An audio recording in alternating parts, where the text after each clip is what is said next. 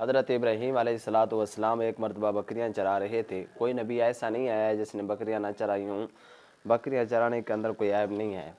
تو کوئی تلاوت کی آواز ان کے کانوں میں پڑی کہ کوئی پڑھ رہا ہے سبحان ذی الملک والملکوت سبحان ذی العزت والعظمت والہیبت، یہ پڑھ رہا ہے۔ تو حضرت ابراہیم خدا کے عاشق تھے، تو عشق میں مزید مستی آ گئی، مزید شوق پیدا ہوا اور کہنے لگے بندے مجھے تلاوت سناؤ۔ اس نے کہا مجھے اجرت میں کیا دو گے، بدلے میں کیا دو گے مجھے؟ تو حضرت ابراہیم نے فرمایا آدھا ریوڑ تجھے دے دوں گا، مال جو جتنا مال ہے آدھا مال تجھے دے دوں گا، بندہ مجھے تلاوت سنا، اللہ کا نام سنا مجھے۔ تو حضرت ابراہیم علیہ الصلاۃ والسلام نے سن لیا، مزے سے بہت زیادہ اور زیادہ مزہ آیا، تو فرمانے لگے مجھے دوبارہ تلاوت سناؤ۔ اس نے کہا کہ اب مجھے کیا دو گے؟ اس نے کہا جو آدھا مال بچا ہے وہ بھی لے لو۔ سب مال جب ختم ہو گیا، حضرت ابراہیم نے فرمایا مجھے پھر سناؤ تلاوت۔ تو اس بندے نے کہا اب تیرے پاس ہے کچھ نہیں، میں کیسے سناؤں تلاوت؟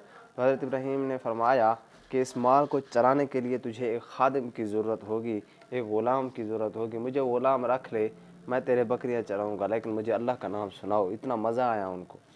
تو دراصل فرشتہ تھا، اللہ پاک آزمانا چاہتے تھے کہ ابراہیم علیہ الصلاۃ والسلام کے دل کے اندر ہماری حکمرانی ہے یا مال کی محبت اس کے دل کے اندر ہے۔